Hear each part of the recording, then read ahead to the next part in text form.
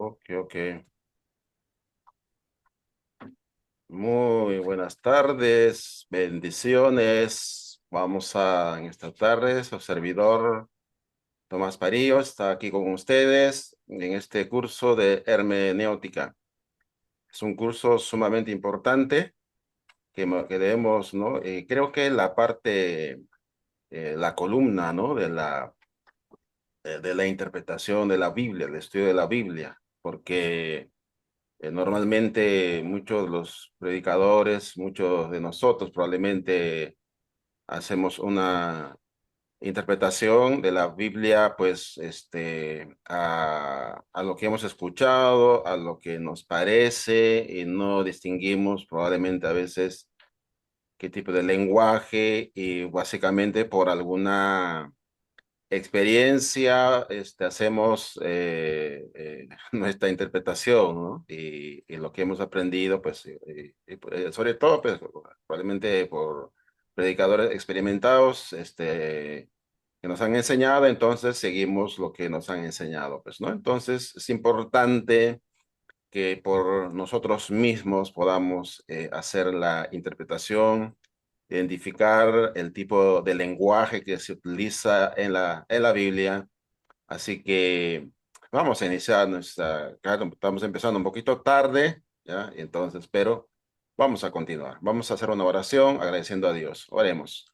Padre bueno, te damos gracias, gracias por darnos tu bendición, gracias por la oportunidad que nos das en esta noche. Gracias, Dios, porque estás con nosotros guiando nuestras vidas y atendiendo también nuestras necesidades, Dios. Estamos delante de ti, oh Dios, agradecidos por tu bondad y misericordia. Ahora pues bendice esta clase para que podamos seguir aprendiendo, Padre Santo, el conocimiento y sobre todo el estudio de la Biblia, tu palabra, bendito Dios. Ponemos en tus manos nuestra mente, nuestro corazón. Gracias por todo en nombre de Jesús. Amén. Ok, entonces, bendiciones a todos, hermana Elida, bendiciones, hermano Alan, el hermano que le acompaña, también a Josué, hermana Milagros, bendiciones, ¿ya? Entonces, vamos a continuar. Ok, eh, voy a presentar aquí la...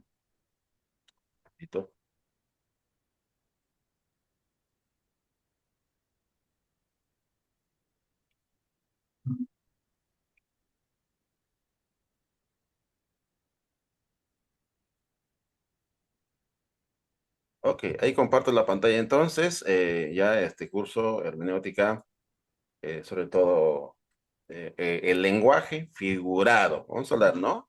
Figura del lenguaje, ¿no? Hay figura del lenguaje, figura de pensamiento, ya son importantes que vamos identificando en la Biblia y vamos a enfocarnos entonces esta noche con el lenguaje figurado, ¿no? ¿A qué se refiere este punto?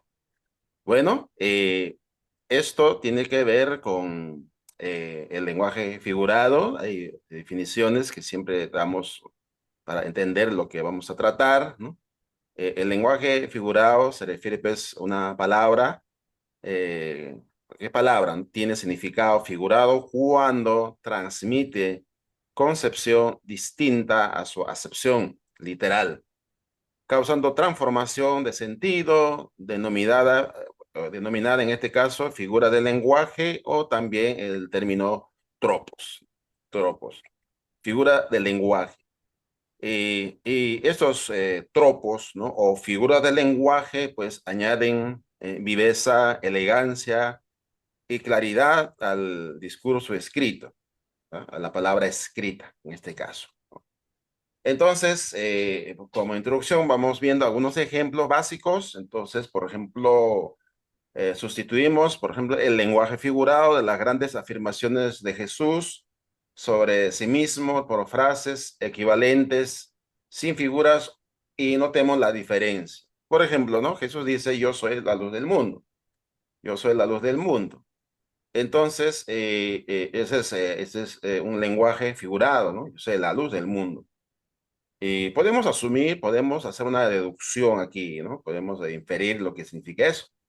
Pero literalmente podría haber dicho de esta forma, ¿no? Soy el canalizador de la verdad y la equidad que debe salvaguardar al mundo, ¿no? Eso se podría haber dicho, ¿no? Pero dijo la luz. Es la luz del mundo. Y aún en el término mundo hay figura ahí, ¿no es cierto? Entonces, luego, yo soy el pan de la vida. Yo soy pan de vida, Jesús lo dice así. Y podría haber dicho literalmente, yo soy lo que esencialmente necesitas para vivir, ¿no? Eso sería de manera literal, pero de manera figurada, dice, yo soy el pan de vida.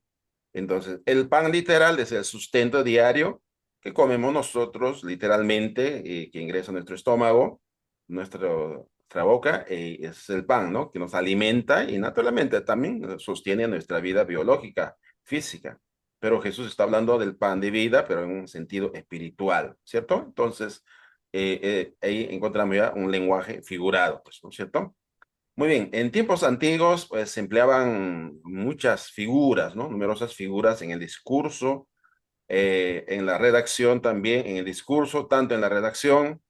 Jesús utilizaba constantemente el lenguaje figurado para sus enseñanzas, ¿no? Era muy natural, muy normal en la enseñanza y discursos que Jesús ha presentado, ¿no? Durante su ministerio. Y dice, por ejemplo, ¿no? En Mateo 13:34. Todo esto habló Jesús por parábolas y sin parábolas no les hablaba. Muy bien, entonces ese término, parábolas, vamos a explicar esto, ¿no? Entonces, ¿por qué? Porque no todas las palabras o lenguaje que utilizaba como lenguaje figurado o figura del lenguaje no todos eran parábolas, no todos, ¿no? Pero utiliza, el escritor lo dice aquí, que Jesús hablaba por parábolas y sin parábolas no les hablaba, ¿no? Entonces, aquí en esta expresión, incluso ahí ya un lenguaje, digamos, un lenguaje figurado, ¿no? Una figura de lenguaje, ¿no? Que sería, por ejemplo, sería aquí una sinécdoque, ¿no? Parábola es una parte, ¿no? Una parte de todo lo que es el lenguaje figurado en conjunto, ¿no? Porque hay varios tipos de figura del lenguaje. Entonces toma una parte para hablar del todo, ¿no? Entonces eso sería aquí una explicación. Todo esto habló Jesús en parábolas. Entonces podría haber dicho, todo esto Jesús habló por figuras, en figura del lenguaje o lenguaje figurado, ¿no? Y sin lenguaje figurado no les hablaba, ¿no? Eso sería, pues, ¿no? Y incluso hay modismos, toda esa expresión que usaba Jesús. Así que la mayoría de estas parábolas no se trataba estrictamente de parábolas, sino de otras figuras.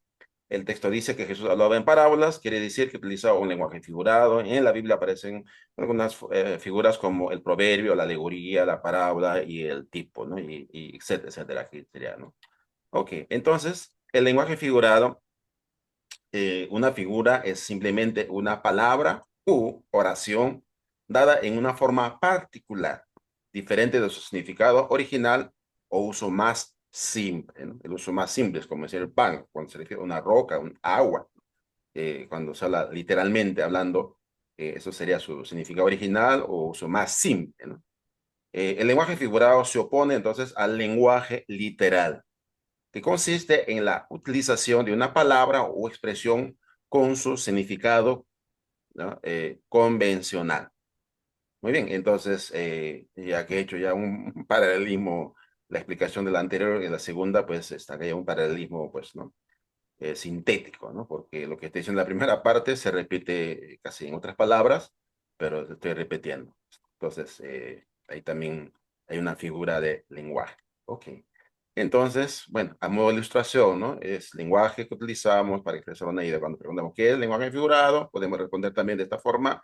Es lenguaje que utilizamos para expresar una idea con un significado diferente a la palabra convencional, ¿ya? Entonces, a veces nosotros mismos aquí en el Perú utilizamos, ¿no? Algunas expresiones, ¿no?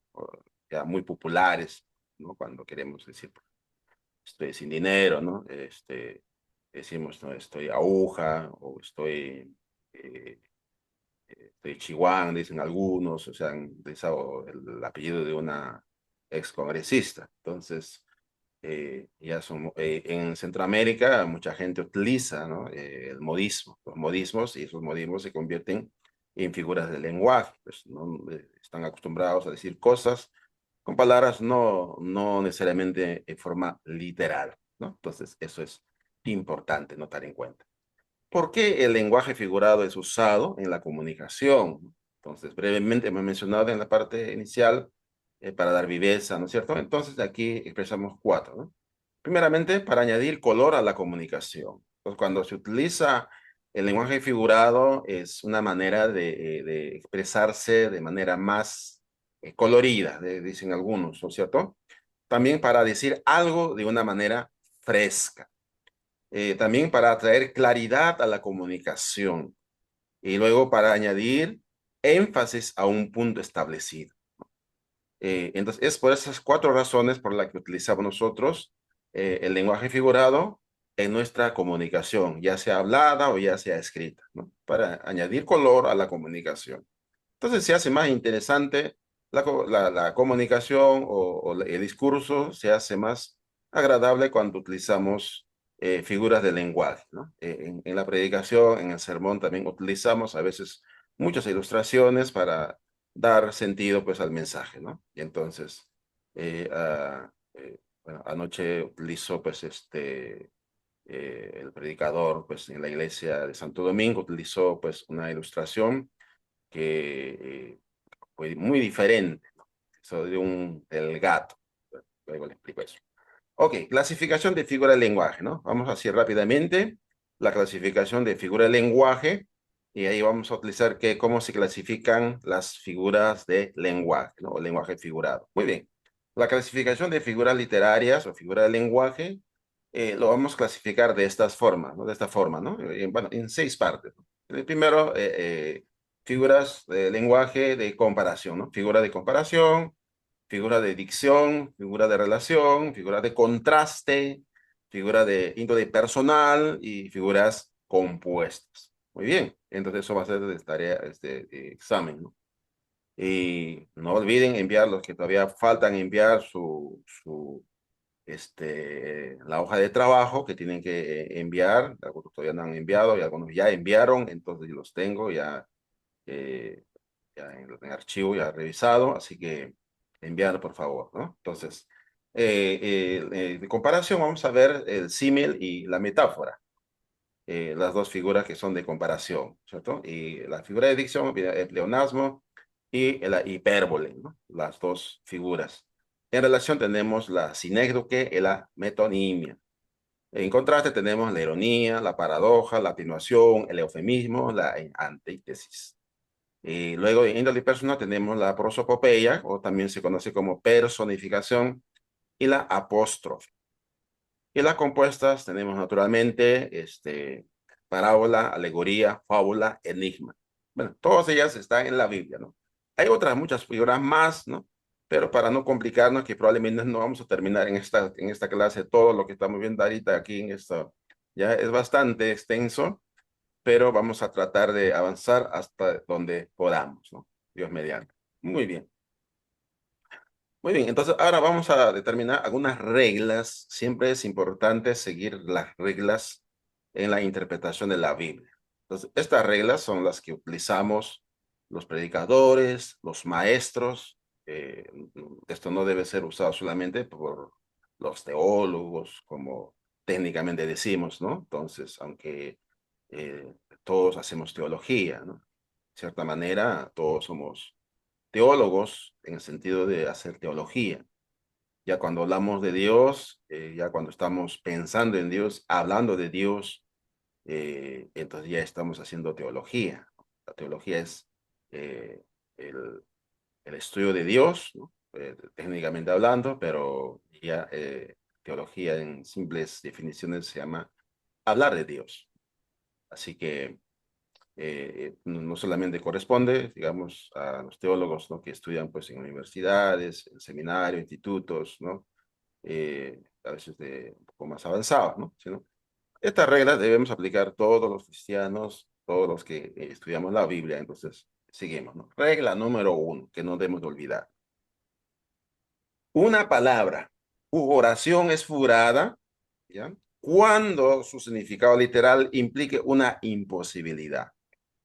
Ya al principio hemos dicho que la Biblia debe interpretarse, ¿no? Más o menos es una definición que debemos tratar de memorizar, ¿ya? Tal vez usted puede copiar en una hojita, una cartulina la definición, ¿no? Toda la Biblia debe ser interpretada de manera literal, ¿no? De forma o manera literal. Toda la Biblia debe interpretarse desde Génesis hasta Apocalipsis, de manera general, vamos a decirlo. Toda la Biblia, como en la clase anterior hablamos, ¿no? La interpretación literal, ¿no? De estudios de la interpretación gramática histórico.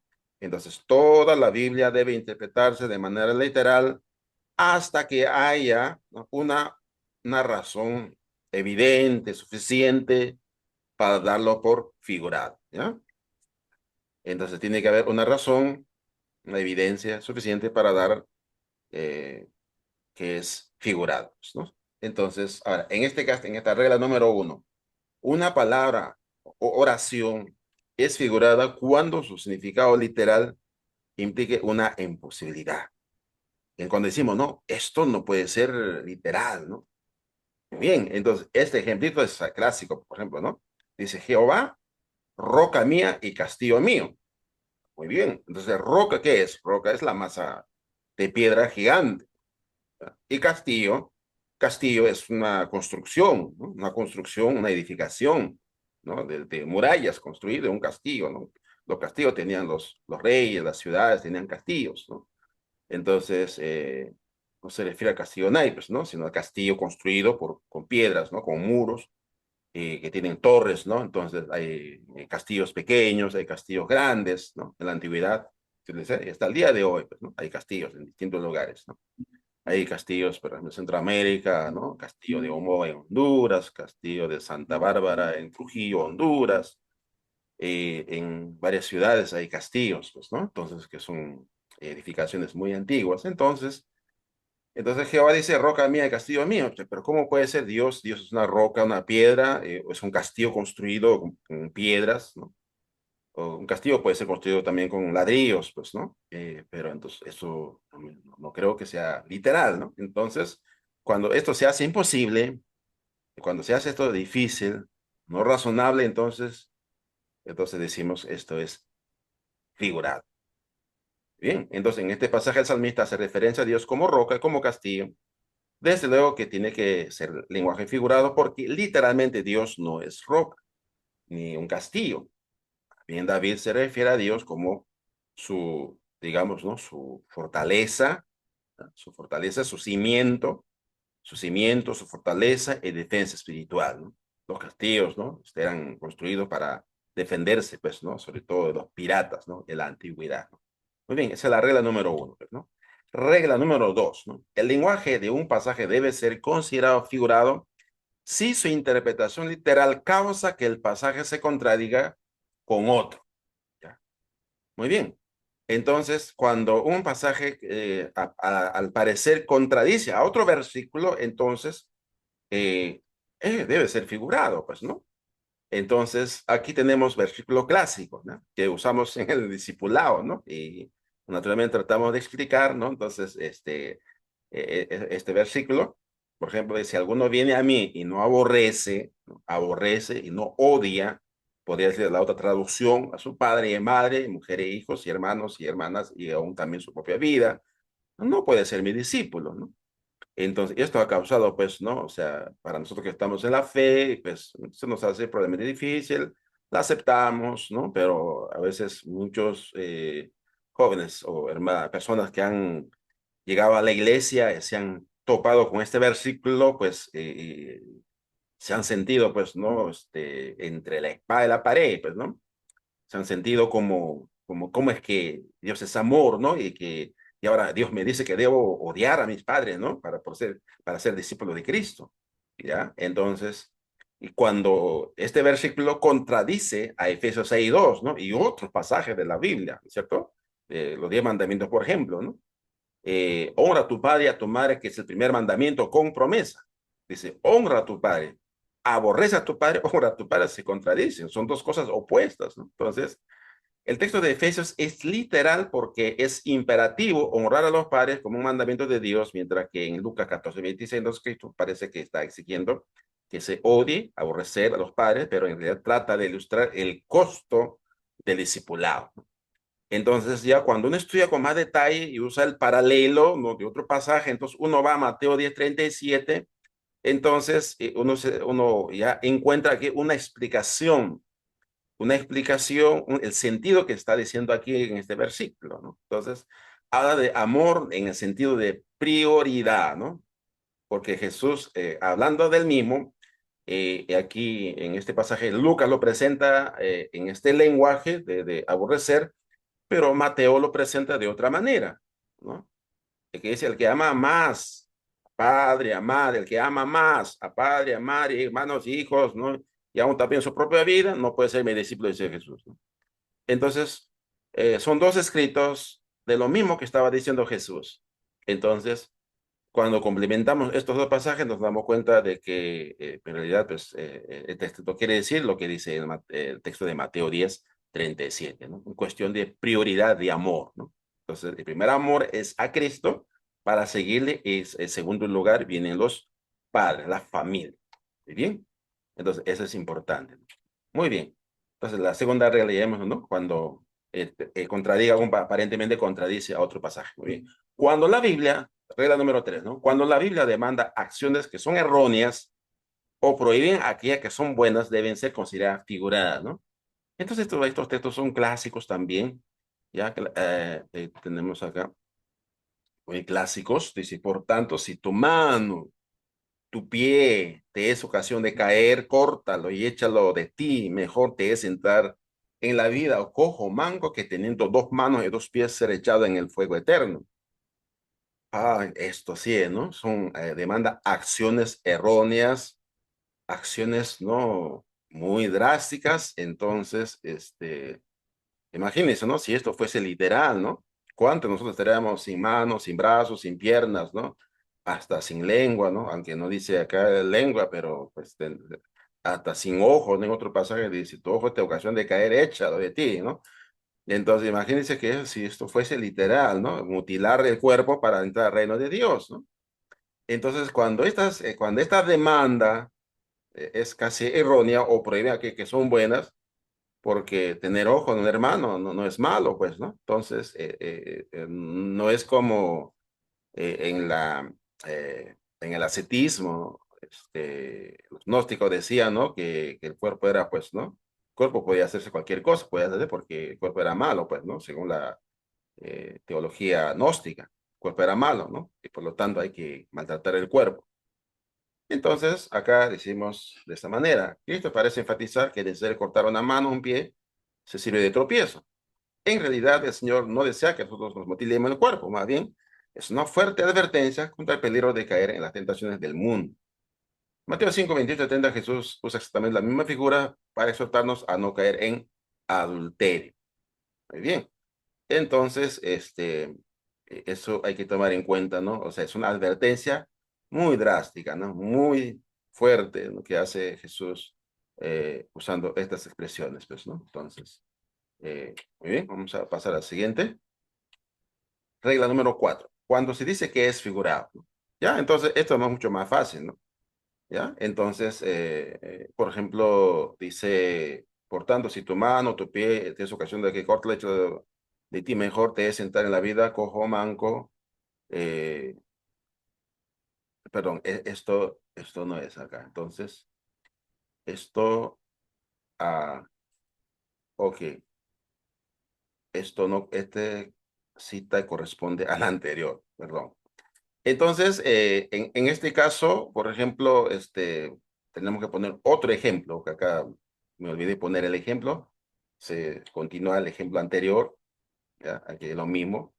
Ok, entonces cuando se dice que es figurado, pues, ¿no? Entonces, ya la Biblia, por ejemplo, que Jesús estaba cuando dice que de la fuente de agua viva, y entonces ya el escritor señala de que está hablando, pues, ¿no? Del Espíritu Santo, por ejemplo, ¿no? Y cuando Jesús dijo, aquí era la cita que tenía que haber puesto, la cita cuando Jesús dice, destruye este cuerpo, ¿no? Que en 3 días lo levantaré, dijo Jesús, ¿no es cierto? ¿Ya? Entonces, y luego el escritor lo aclara, esto hablaba de su propio cuerpo, ¿no? O sea, de la muerte de Cristo, ¿no? Destruir el cuerpo de Cristo. Entonces, ya ahí es, ¿no? Cuando que ya el escritor de la Biblia lo aclara que es figurado, pues, ¿no? Muy bien, entonces esto tiene que ver a veces con la interpretación. En la clase anterior hemos visto, ¿no? La interpretación inspirada, ¿no?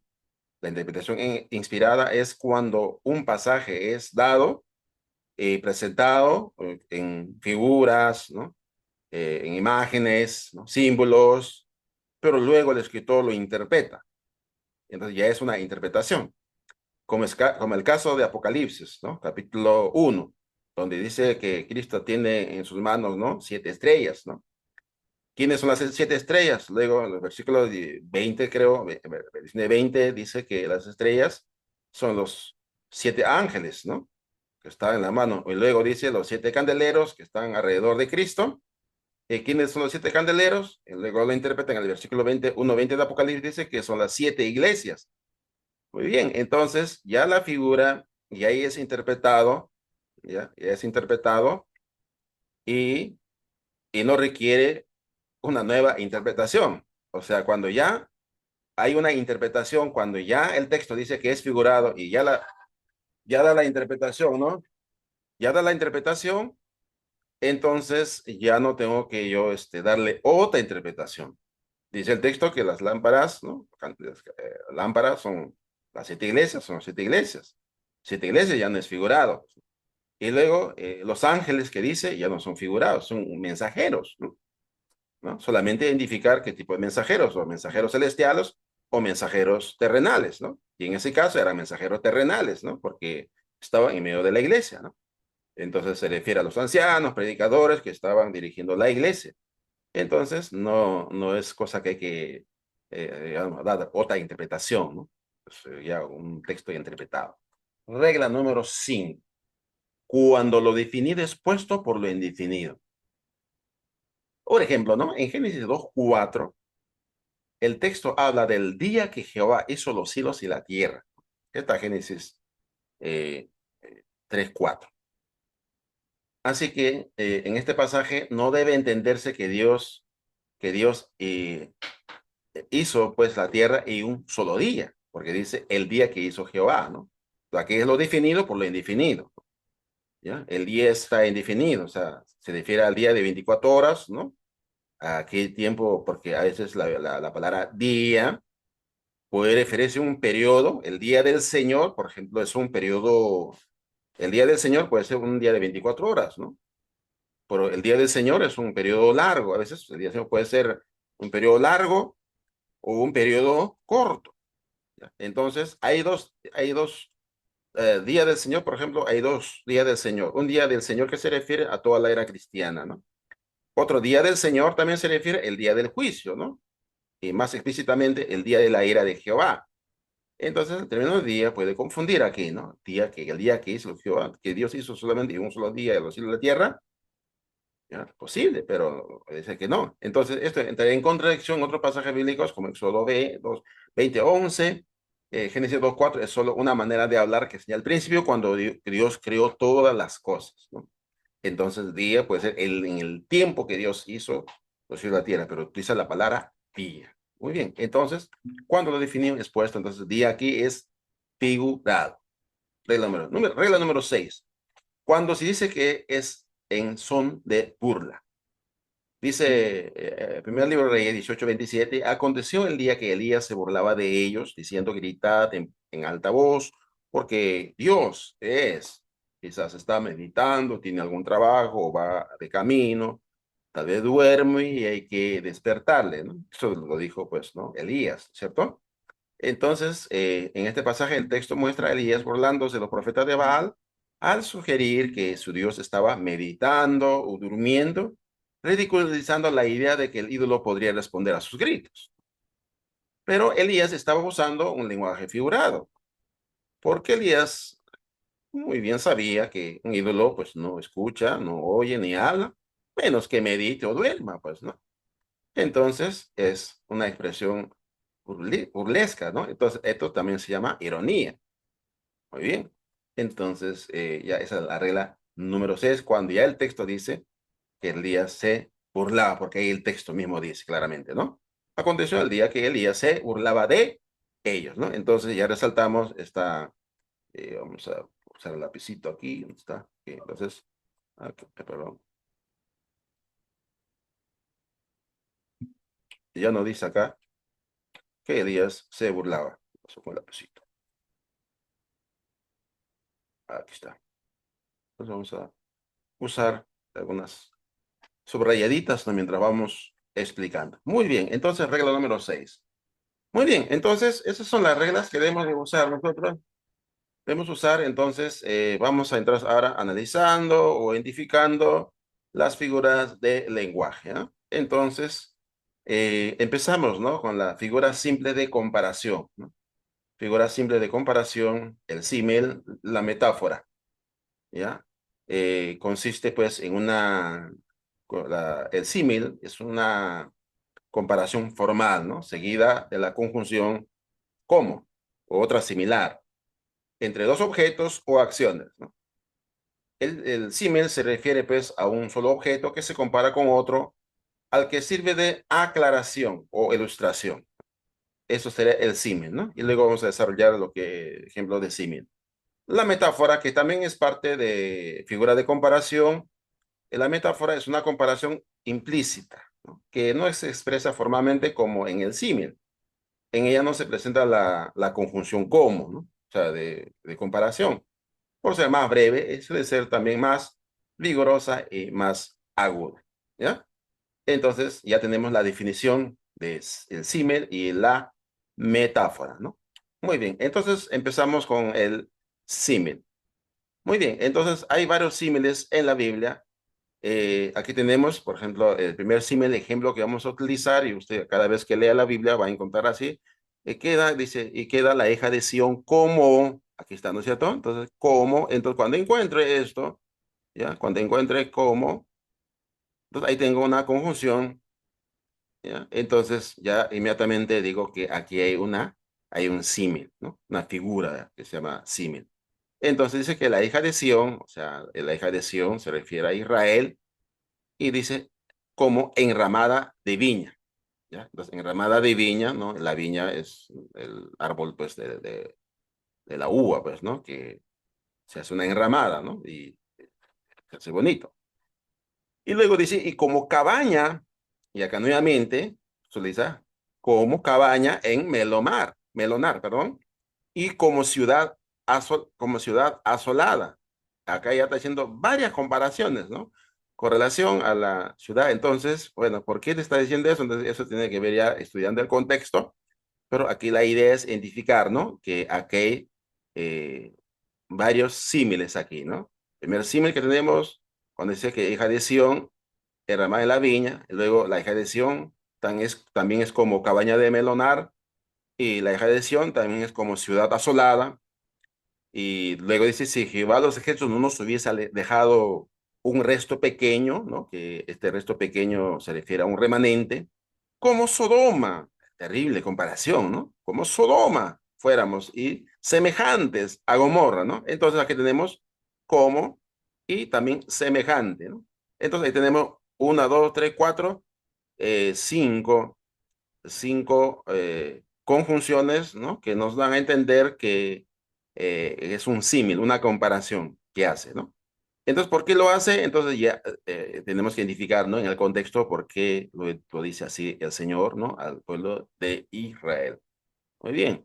Entonces ya tenemos símil. El segundo símil, que Jesús, después que fue bautizado, subió luego del agua, ¿no? Y acá el agua, ¿no? Que se refiere acá, en realidad el agua es literal, ¿no? Porque el río Jordán. Y aquí los cielos fueron abiertos, les fueron abiertos, ¿no? Ya, los cielos fueron abiertos, ¿no? Entonces acá hay también fueron abiertos los cielos, dice, y vio el Espíritu de Dios que descendía como, entonces acá la idea de encontrar es como paloma, que no era paloma en realidad, ¿no? O sea, aunque nosotros a veces utilizamos para queremos ilustrar, ¿no? Al Espíritu Santo. Normalmente a veces utilizamos, por ejemplo, para ilustrar al Padre, pues una nube, ¿no? Una nube. Para ilustrar a Cristo, generalmente usamos una cruz, ¿no? Y para ilustrar al Espíritu Santo, utilizamos una paloma, ¿ya? Porque no es Cristo no es una cruz, tampoco el Espíritu no es una paloma, ¿ya? Y tampoco Dios es una nube. Entonces, pero utilizamos esos símbolos, ¿no? Para estudiar, para ilustrar nuestra enseñanza, pues, ¿no? Entonces, acá como paloma, ¿no? Una comparación. Muy bien. Sí, mira, también tenemos en Hechos 2 22 perdón, Hechos 2 versículo 2 y 3, ¿no? Cuando vino el Espíritu Santo en el día de Pentecostés, ¿no? Entonces dice que acá, y de repente vino del cielo un estruendo como de un viento recio que soplaba, el cual llenó toda la casa donde estaban sentados y se aparecieron lenguas repartidas como de fuego, ¿no? Entonces aquí tenemos dos símiles, fíjense acá, como viento recio y como fuego, asentándose sobre cada uno de ellos, pues, ¿no? Entonces se refiere a los discípulos. Entonces ahí tenemos, ¿no? Un ejemplo de símil, ¿no? Una comparación. Entonces, ya entramos. Y también hay un símil prolongado, en este caso se le denomina similitud, ¿no? Cuando hay símiles prolongados, ¿no? En Mateo, por ejemplo, bueno, en la cita anterior que hemos leído de Sodoma y Gomorra, de las hijas de Sión, por ejemplo, ahí podría haberse también denominado como hay varios símiles, entonces es una similitud, ¿no? En ese sentido, pues, ¿no? Mateo 7:24 es una similitud porque está compuesta de símiles y no de metáforas como la alegoría.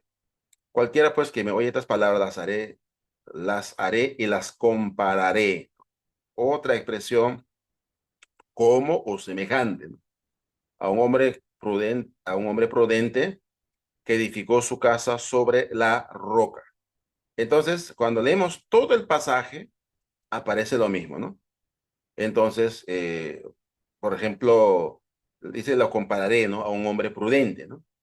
Entonces, en esta cita, la he citado, digamos, otra versión, esta es la Reina Valera del 60, que es lo que utilizamos más comúnmente, y aquí he utilizado la nueva traducción viviente, ¿no? Por ejemplo, acá, entonces, aquí va a utilizar la palabra como en este caso, ¿no? Aquí sí compararé, pero acá dice como. Todo el que escucha mi enseñanza y la sigue es sabio, como la persona que construye su casa sobre una roca sólida, ¿ya? Entonces, estamos identificando, para dentro de esta oración también hay otras figuras, ¿no? Otras figuras. Entonces, cuando vamos identificando las demás figuras, entonces vamos identificando, cuando leo un pasaje, pues aquí hay una figura, otra figura, entonces aquí hay una metáfora, podemos identificar una alegoría, entonces vamos identificando eso, ¿no? Entonces, primero, la idea aquí es identificar, pues, la figura de símil. ¿No? Bien, siguiendo el siguiente pasaje, tenemos nuevamente otro, siguiendo el mismo texto de Mateo 24, solamente saqué el versículo 26 en este caso, el anterior era 24, este 26, pero cualquiera que me oye estas palabras y no las hace, le compararé, dice, ¿no? Le compararé, esa es la conjunción, eh, a un hombre ese insensato que edificó la casa sobre la arena, ¿no? Y la nueva traducción viviente dice, pero el que oye mi enseñanza y no la obedece es como, aquí faltó, ¿no? Perdón, es un necio. Como, aquí está, ¿no? Perdón, fíjense, es como la persona que construye su casa sobre la arena. Entonces acá lo define la persona y no obedece, es un necio, como la persona que construye su casa sobre la arena. Y ahí así lo dice. Bien, entonces ya hemos identificado lo que es símil. Entonces, a un símil prolongado, similitud, como ya dijimos, ¿no? Otros textos que parecen parábolas o metáforas, pero que por su estructura son similitudes o son símiles, ¿no?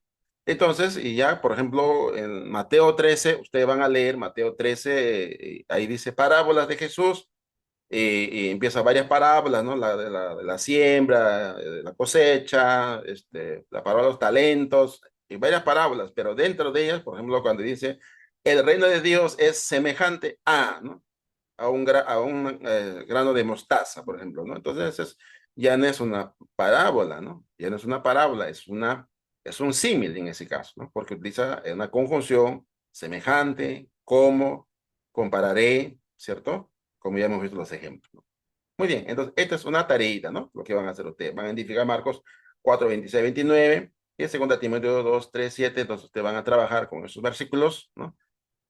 un cuaderno y lo van a leer el texto y van a leer nuevamente. Muy bien, metáfora, pasamos acá, metáfora. Entonces estamos todavía en la parte de comparación.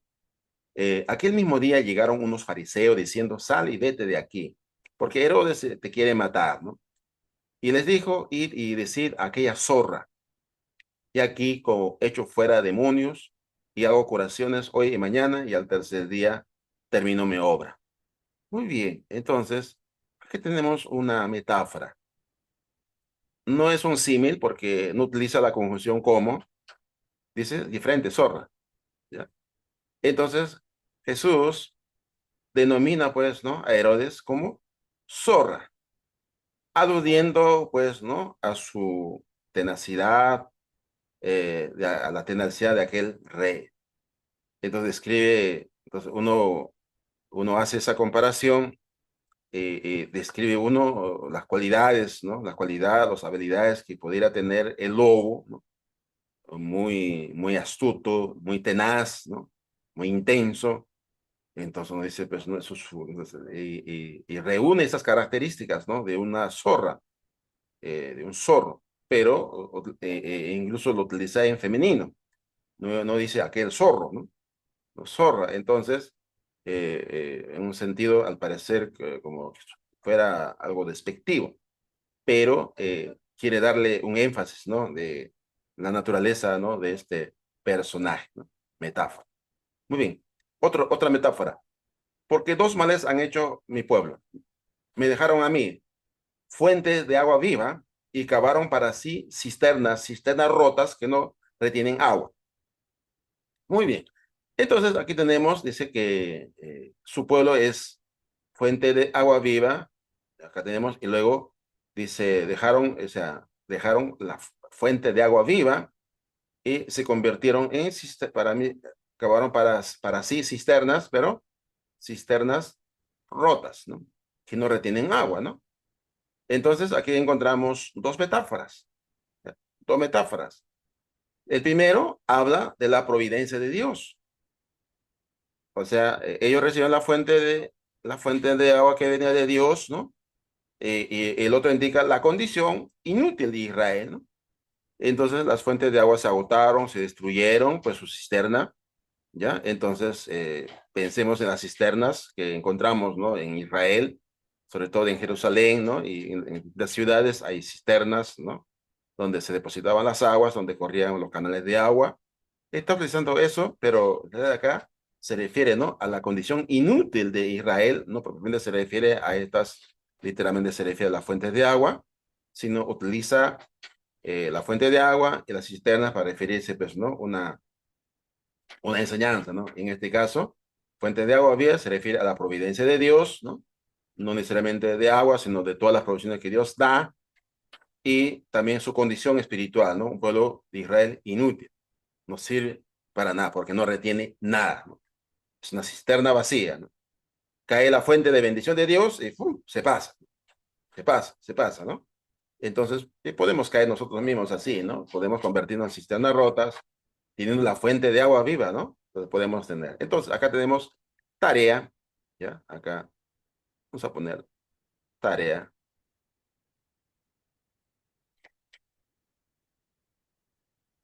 tarea, ¿ya? Ok, entonces Romanos 6, 3, 4, ustedes van a encontrar cuál es la metáfora aquí, ¿no?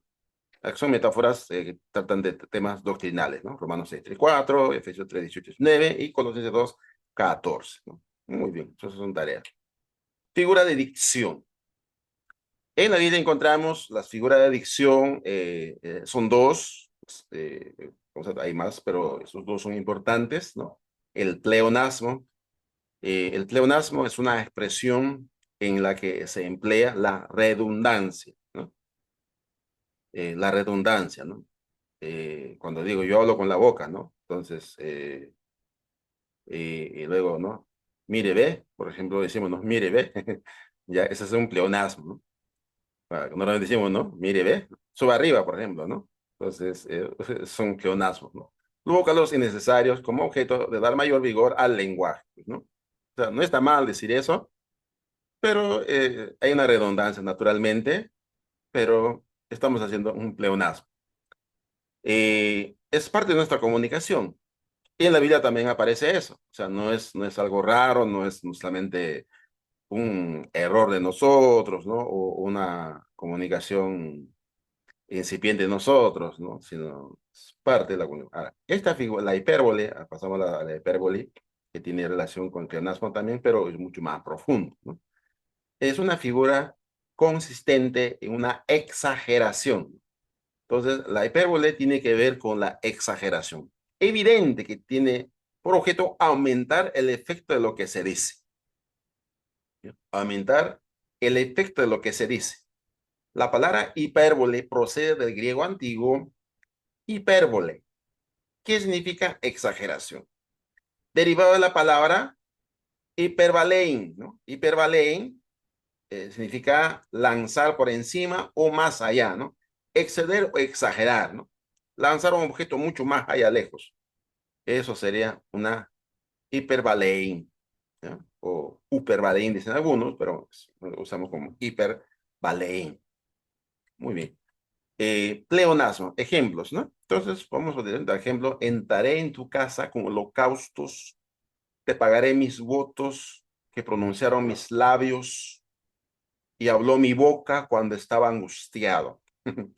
Interesante aquí, ¿no? Entonces, entraré en tu casa con holocaustos, ¿no? Entonces, entrar a la casa de Dios, al templo, ¿no? Con holocaustos, la ofrenda, ¿no? Que se quemaba completamente, ¿no? En la entrada del templo, y te pagaré mis votos, ¿no? Entonces, eso es más natural, porque hablando de algo literal, ¿no? Sus votos son lo que ha ofrecido, pues, ¿no? Para Dios, ¿no?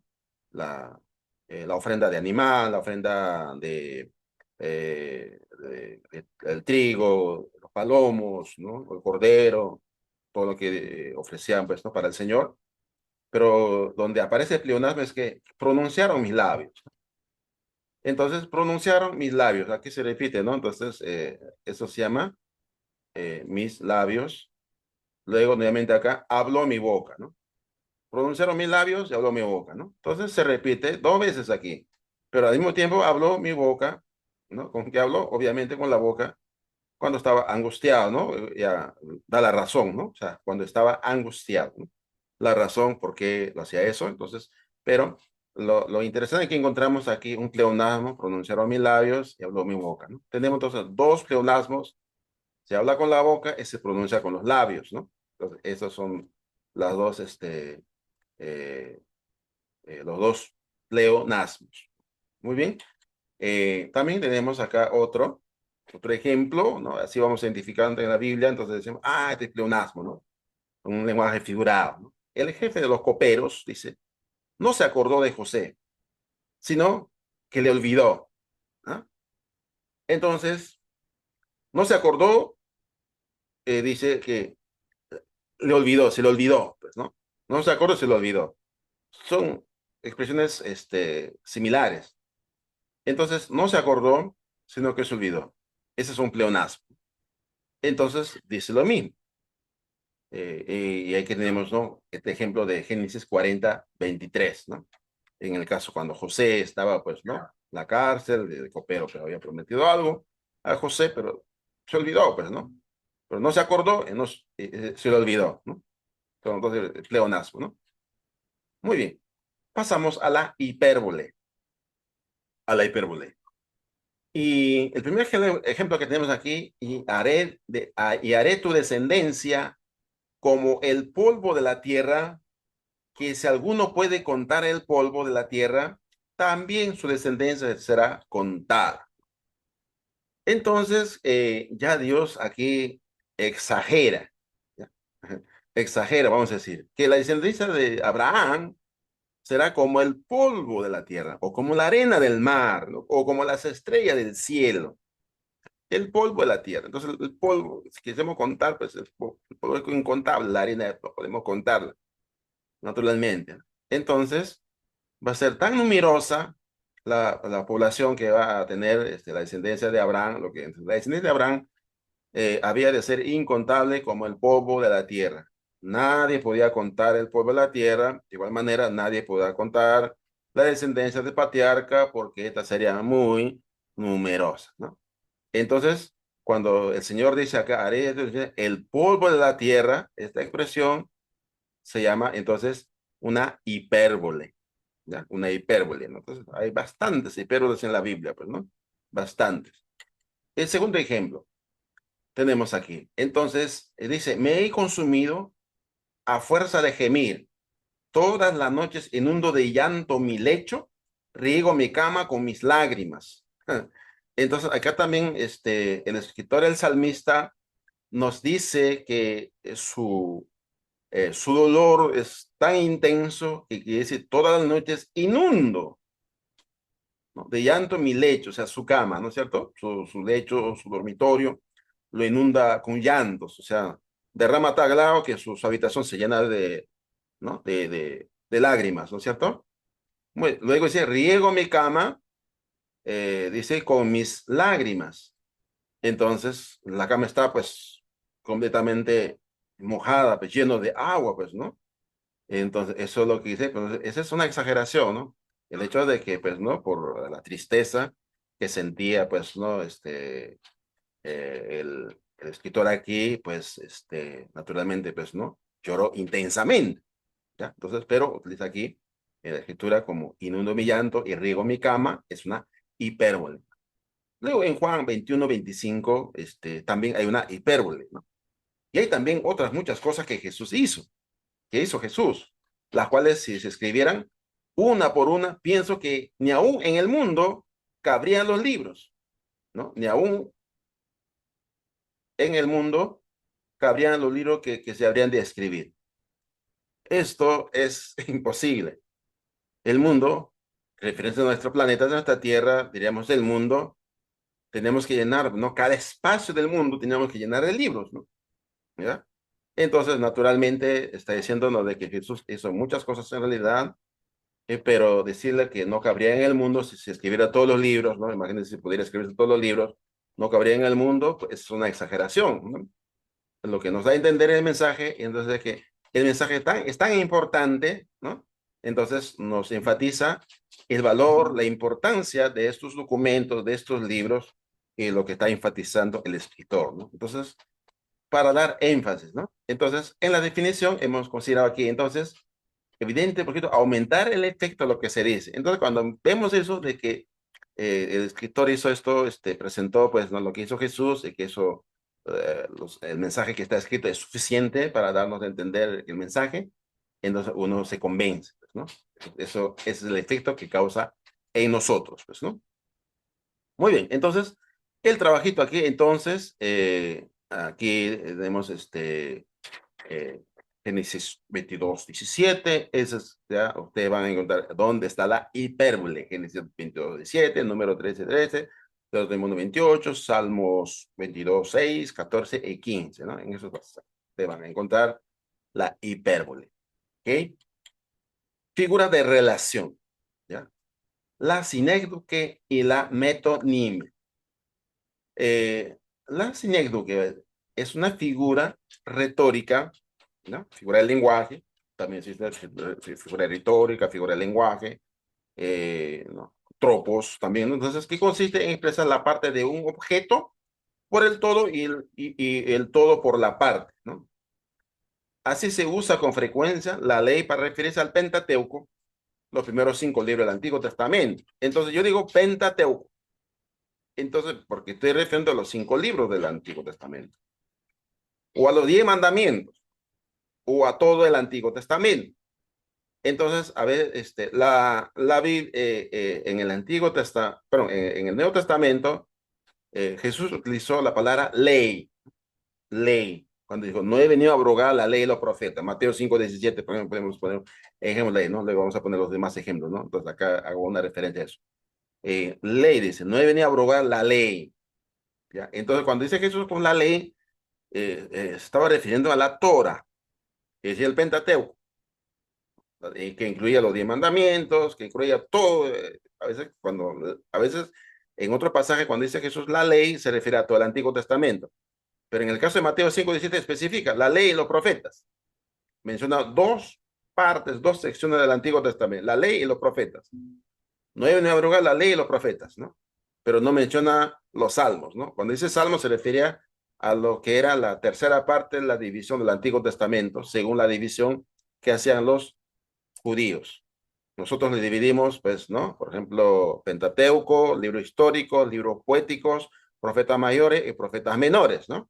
En cinco secciones, ¿no? O si queremos decirlo, cuatro secciones, profetas en general, pero normalmente decimos en cinco secciones, ¿no? Entonces, así dividimos nosotros. Pero los judíos lo dividían, ¿no? En la Torah, los profetas y los escritos, las tres secciones, ¿no? En lugar de decir escritos decían los salmos, ¿no? Entonces, al decir salmos se refería a todos los libros poéticos. Entonces, y ahí en esa expresión también existe la sinécdoque ya, porque está dando una parte para hablar del todo, ¿no? Ya, cuando dice salmos se refiere a todos los libros poéticos. A eso se llama sinécdoque también. Luego, la metonimia. Metonimia viene de la palabra griega metá, indicando cambio, y onoma, de nombre. Consiste en el cambio de un nombre por otro con el que el primero guarda alguna relación. Muy bien, entonces ya tenemos definiciones aquí. Sinécdoque. Hay varios casos. Esto vamos a ir, ¿no? Entonces, caso número uno. El caso número uno es cuando un texto habla, ¿no? El todo es puesto por una parte, ¿no? El todo es tomado ¿no? El todo es puesto o tomado por una parte, ¿no? En este caso, por ejemplo, dice, aconteció en aquellos días que se promulgó un edicto de parte de Augusto César, el emperador, que todo el mundo, todo el mundo fuese empadronado, incluido Guatemala, Honduras, Perú, Estados Unidos, Texas, México, ¿ya? Todo el mundo dice acá, ¿no? Tendría que ser, ¿no? Los cinco continentes, ¿ya? Que deben ser empadronados, ¿no? Y Augusto César dominaba el mundo, ¿no? Todo el mundo, ¿no? Entonces, aquí en realidad todo el mundo se refiere básicamente, ¿no? Al mundo romano, porque alrededor de Roma existían otras naciones, ¿no? Y no tenían probablemente información de acá de América, ¿no? De los mayas, los aztecas, los incas, los chipchas, ¿no? Tal vez no tenían conocimiento, pero sí tenían conocimiento de todo alrededor, ¿no? De lo que era Roma y pues Roma iba conquistando las naciones, ¿no? ¿No? El sur, Egipto y otros pueblos, ¿no? Que están más al sur de Egipto, que eran mundos conocidos en esa época, pues, ¿no? Pero hay lugares que no eran alcanzados por los romanos. Entonces, el todo es puesto por una parte, ¿no? Aquí, todo el mundo. Luego, otro ejemplo tenemos acá, porque hemos hallado que este hombre es una plaga y promotor de sediciones entre todos, uh, realmente, todos los judíos, por todo el mundo. Realmente aquí, todos los judíos por todo el mundo. Y cabecilla la secta los nazarenos. Entonces, utiliza la palabra todos y todo el mundo, ya que hay dos, ¿no? Entonces, todos los judíos no necesariamente, ¿no? Tampoco todo el mundo no necesariamente. ¿No? Entonces, estas expresiones se llama lenguaje figurado, que se refiere sinécdoque, que habla de todo cuando se habla de una parte de todos los judíos, nada más, ¿no? Bueno, cabeza de la secta, ¿no? Se usa expresión todo el mundo cuando en realidad se refiere solo al Imperio Romano o al contexto al cual se estaba refiriendo, pues, ¿no? Caso número dos, ¿no? Una parte expuesta por el todo, ¿no? Este es el opuesto, ¿no? Al anterior. Dice, mientras Pablo los esperaba en Atenas, su espíritu se enardecía viendo la ciudad entregada a la idolatría. Muy bien. Entonces dice su espíritu. Bueno, solamente la parte, su espíritu, o sea, lo físico, las emociones no actuaban, entonces, y ahí tenemos que ver de que está hablando de una parte, cuando en realidad se refiere, ¿no? Entonces, cuando Pablo estaba en Atenas, su espíritu se enardecía viendo la idolatría, así que dice, el espíritu, una parte de nuestro ser, es puesto por toda la persona del apóstol. Es decir, Pablo se enardecía tanto, se expresaba y se asombraba tanto, ¿no? Por lo que estaba ahí, entonces, obviamente se expresaba de manera visible, ¿no? Por la idolatría que estaba. ¿Qué es esto? Decía, ¿no? Y cuando uno también se conmueve, ¿no? Cuando ve la maldad, el pecado, ¿no? Uno se desespera, ¿no? Y nuestro espíritu se enardece, ¿no? Cuando la maldad aumenta, pues, ¿no? En nuestro mundo. Caso número 3. Ahora, el tiempo es puesto por una parte del tiempo, ¿no? Eso es importante, ¿no? Entonces, pongo este ejemplo porque a veces este ejemplo es utilizado, ¿no? Por algunas sectas, cuando se refiere, ¿no? Que la permanencia de la ley, de los 10 mandamientos, entonces, en Números 25:13 y otro pasaje más bastante, se habla del pacto del sacerdocio.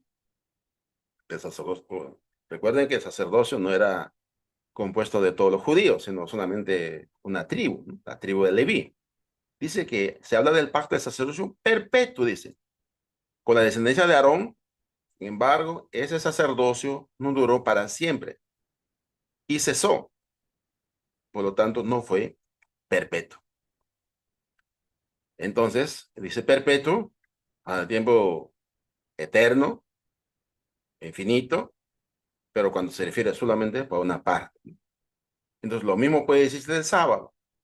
En Mateo 12:40, la expresión, ¿no? En una ocasión, cuando recién estaba estudiando la Biblia y luego vi algunas preguntas que hacían otras personas, incluso me preguntaron a mí, yo no sabía cómo responder porque recién estaba estudiando la Biblia.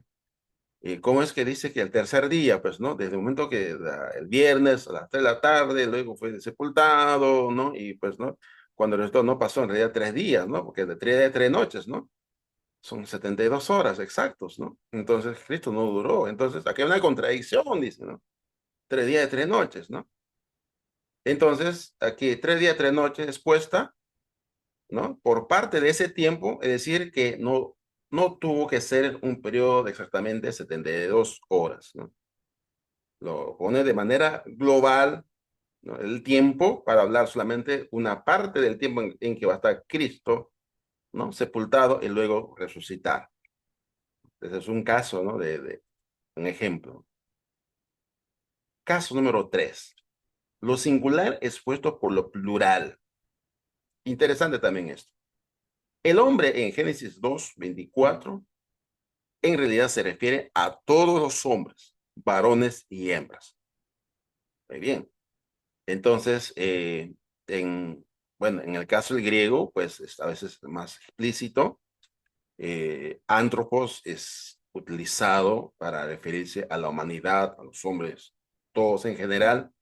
Y cuando se refiere solamente al varón, la palabra es andros, ¿no? Andros, ¿cierto? Entonces, y en este caso, pues, ¿no? El hombre de género se refiere entonces a todos los hombres, ¿no? Lo singular es puesto por lo plural. Caso número 5. Lo definido se pone por un número indefinido. En 1 Corintios 14:19, Pablo dice que prefiere hablar 5 palabras, lo define 5 palabras, ¿no? En la iglesia, cuando en realidad quería decir pocas palabras, ¿no? Pocas palabras, ¿no? Entonces, y a veces yo digo, muy común utiliza aquí en casa, ¿no? Voy a descansar 5 minutos, ¿no? Digo, ¿no? ¿No? Pero en realidad no es 5 minutos, ¿no? Son media hora, ¿no? 45 minutos, es el tiempo que descanso, ¿no? Para relajar un poco, ¿no? Del trabajo, entonces, y, pero se utiliza, ¿no? La palabra 5 palabras, 5 minutos, en este caso, ¿no? Está hablando de lo definido o el número indefinido, pues, ¿no? Entonces, este es también una sinécdoque. Entonces, tenemos acá, sexto caso, esta parte de sinécdoque que es más larguito, una palabra se pone en lugar de lo general.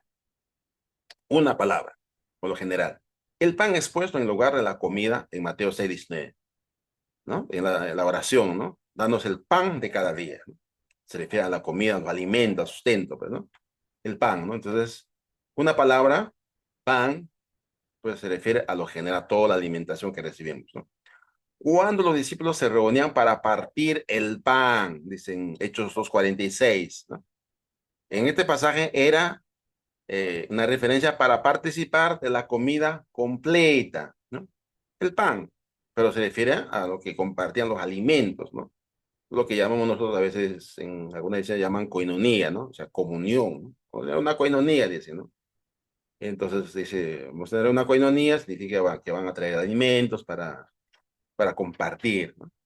Este pan, perdón, este partir el pan es diferente de la Eucaristía, es decir, la cena del Señor que se menciona en Hechos 2:42, por si acaso, ¿no? Hechos 2:42 se refiere a partir el pan, el partimiento del pan se refiere a la cena, ¿no?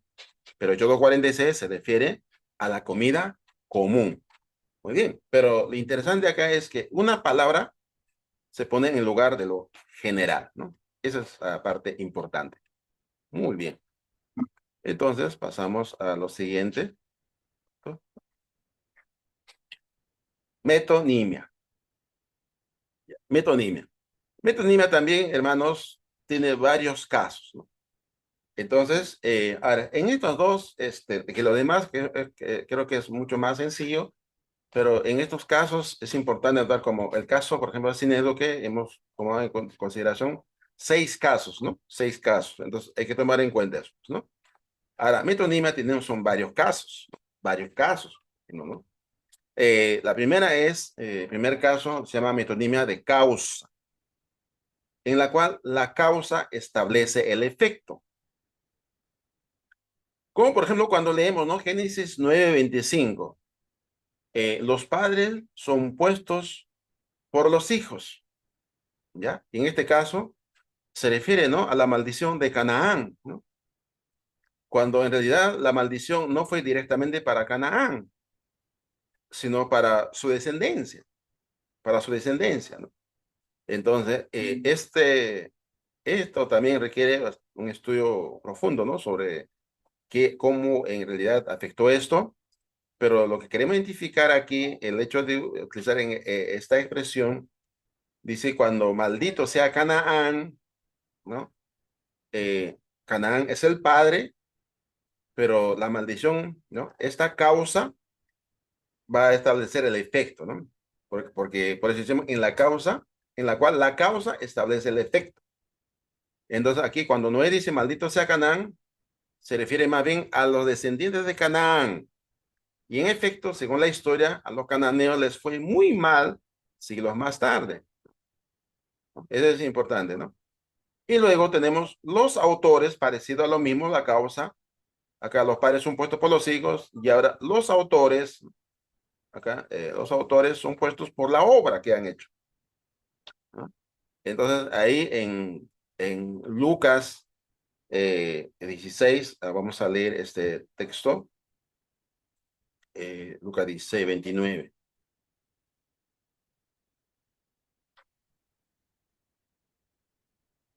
No sé si hay alguna pregunta hasta aquí. Quisiera que participen también mientras yo busco Lucas 16:29. Todo claro, hermano. Muy gracias. Ok. Entonces, los autores son puestos por las obras que han hecho, por ejemplo, ¿no? Entonces acá dice, Abraham le dijo, ¿no? A Moisés y a los profetas tienen, ¿no?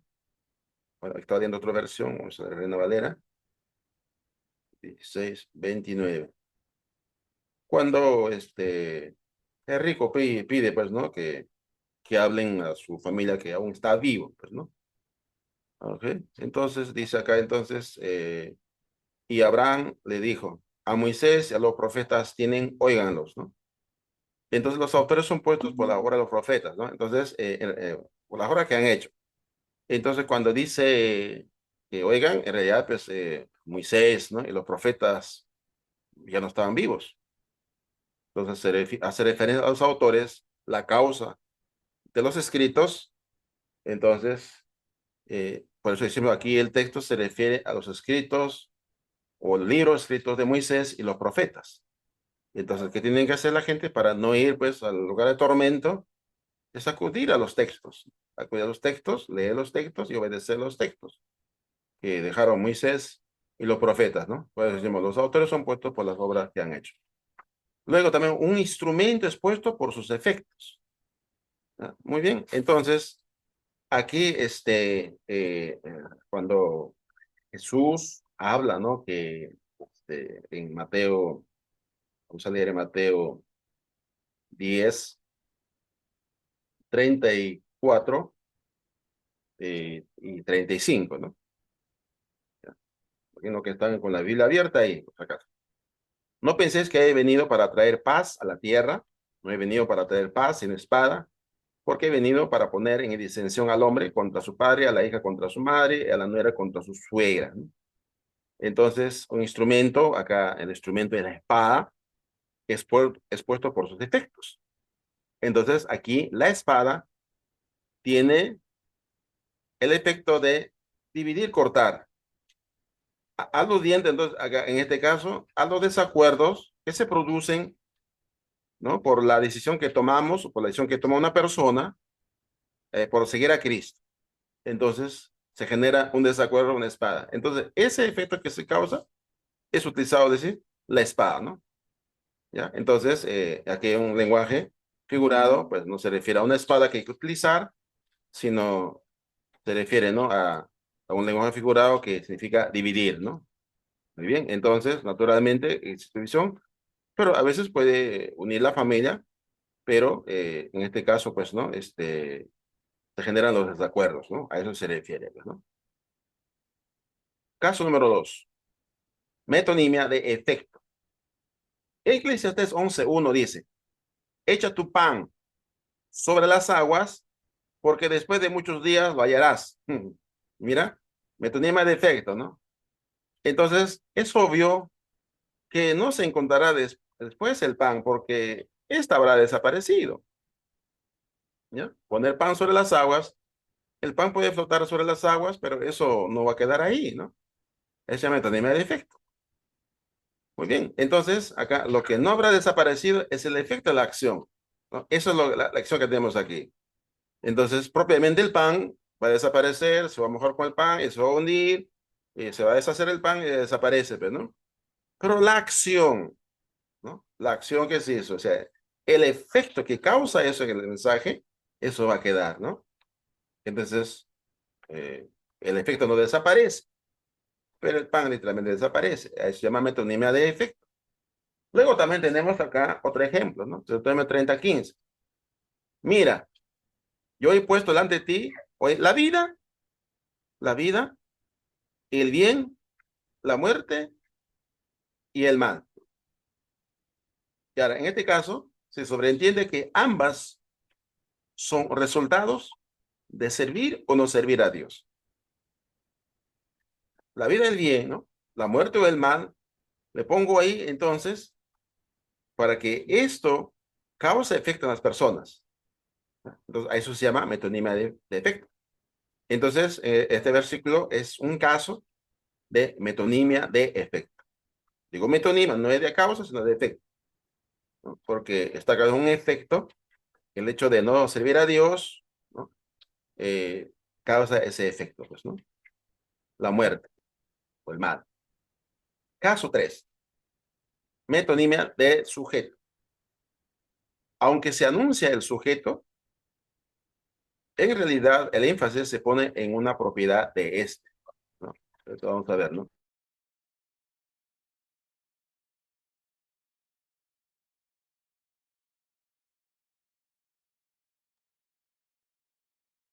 Muy bien. Entonces, aunque se pronuncia el sujeto, en realidad el énfasis se pone en una propiedad de este. Muy bien. Entonces ponemos acá dentro de este caso, vamos a considerar acá, no, ahí está. El sujeto es puesto por lo adjunto. Deuteronomio 6:5. Aquí el mandamiento es como Mateo 10, 22:37 en adelante, ¿no? Creo que versículo 37. O- Cuando el mandamiento exige amar a Dios con todo el corazón, se refiere solo a una de las capacidades que tiene el corazón, o sea, el sentimiento. Porque el corazón también puede pensar o puede creer, Entonces, en la Biblia, la palabra corazón, cuando uno estudia la Biblia, o la palabra corazón, a veces se refiere a la parte racional, a veces se refiere a la parte emocional, a lo sentimental, a veces se refiere pues a las pasiones.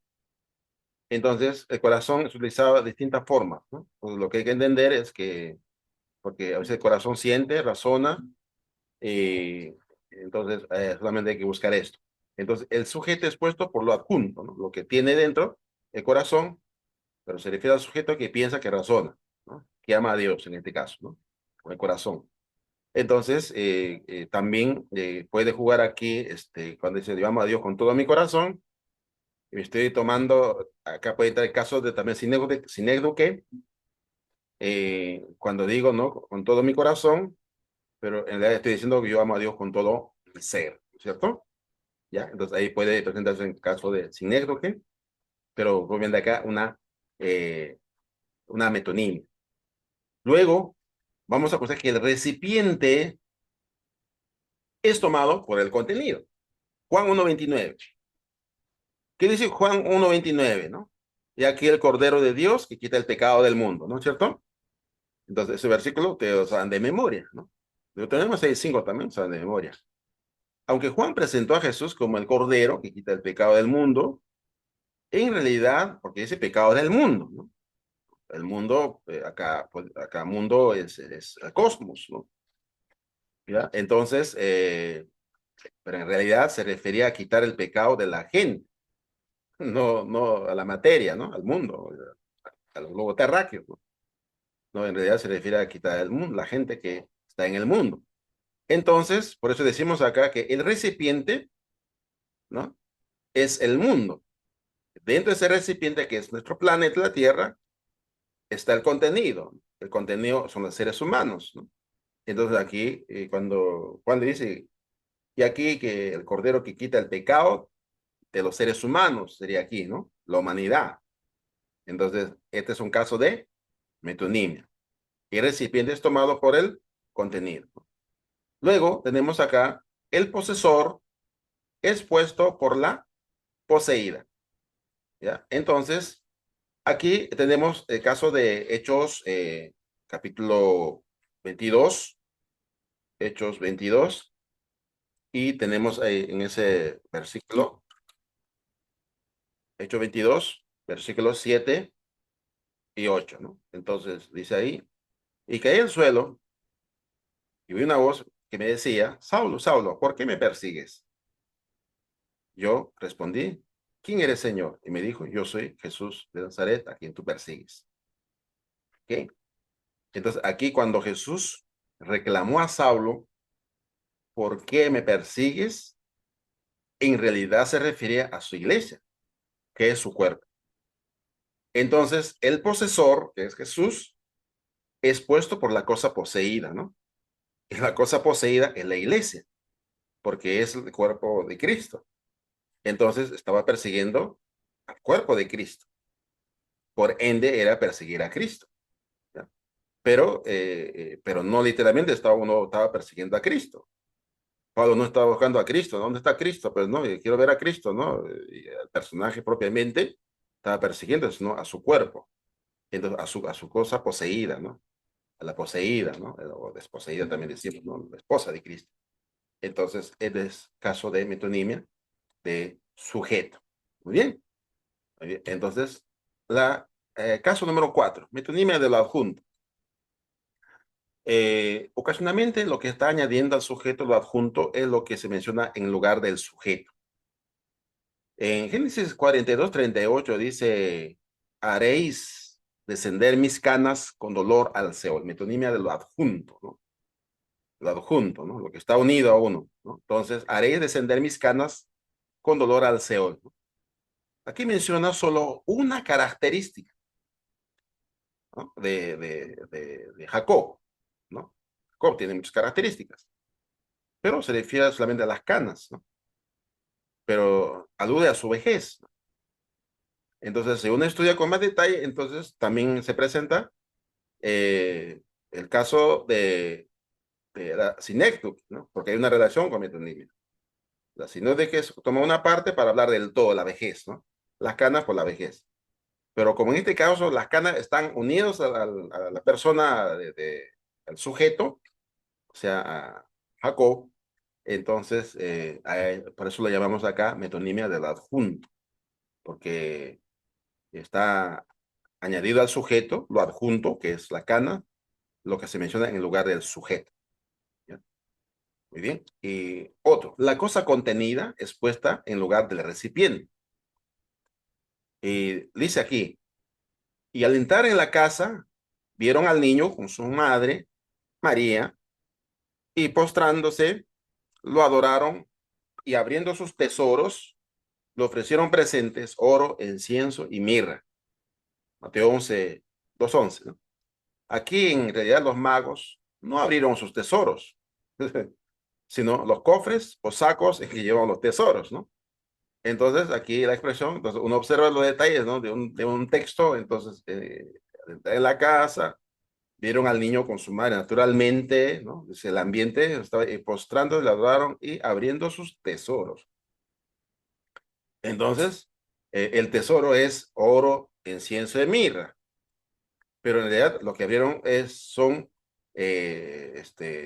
sus cofres, ¿no? Donde traían estos tesoros, estos oro, incienso y mirra, ¿no? Dice el texto. Bien, entonces ahí, ¿no? La cosa contenida es puesta en lugar de recipiente. Metonimia de lo adjunto. Tenemos también una acción o fe o sentimiento es nombrado en vez de la cosa que la causa. Muy bien, acá en 1 Timoteo 4:1 dice, pero el Espíritu dice claramente que en los posteros tiempos algunos apostatarán de la fe, escuchando a espíritus engañadores y a doctrinas de demonios. Muy bien, entonces, ¿dónde está entonces aquí la metonimia del adjunto? Aquí cuando dice que algunos apostatarán de la fe, se refiere a los que apostatarán de la doctrina o la religión. Entonces, aquí la fe, ¿no? La fe es nombrado en vez de la cosa que la causa. Entonces, aquí algunos apostatarán de la fe, pero en realidad se refiere, ¿no? Apostatar de toda la doctrina o la religión, ¿no? O la religión cristiana o la doctrina cristiana. ¿No? No solamente es perder la fe.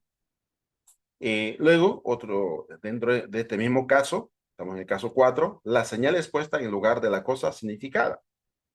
Génesis 49:10 dice, no será quitado el cetro de Judá, ni el legislador de entre sus pies, hasta que venga Silo, y a él se congregarán los pueblos. Aquí lo que queremos rescatar es cetro, ¿no? Se pone por poder. Entonces, aquí la señal es puesta en lugar de la cosa significada. Muy bien, el cetro es la señal de autoridad de poder.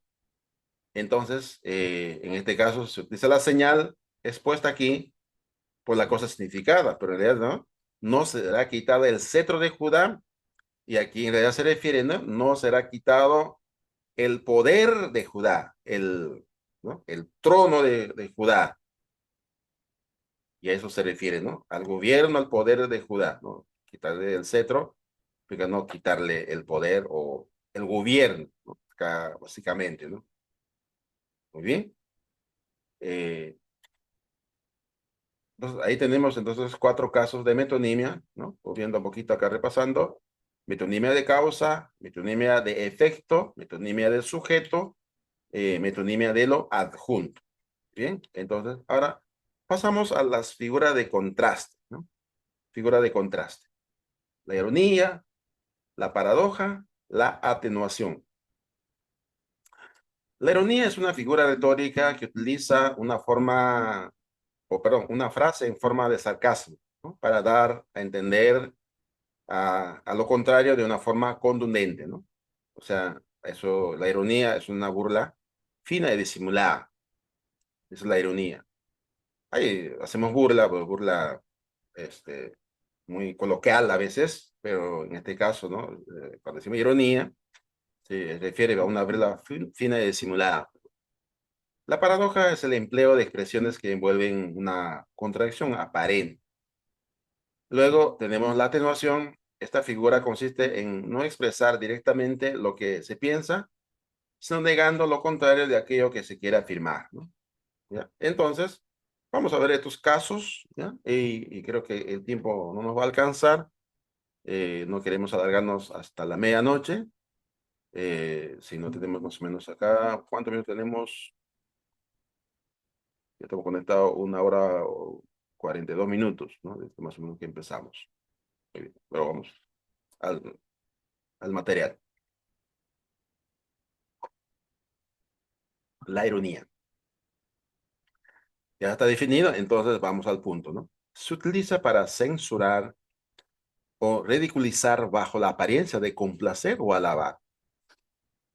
¿Ya? Y entonces, esa es la ironía, pues, ¿no? O sea, no es tanto atacar, ¿no? O sea, discriminar, que se puede utilizar eso, ¿no? La ironía proviene de la burla, pero en este caso la ironía se utiliza para ridiculizar o censurar.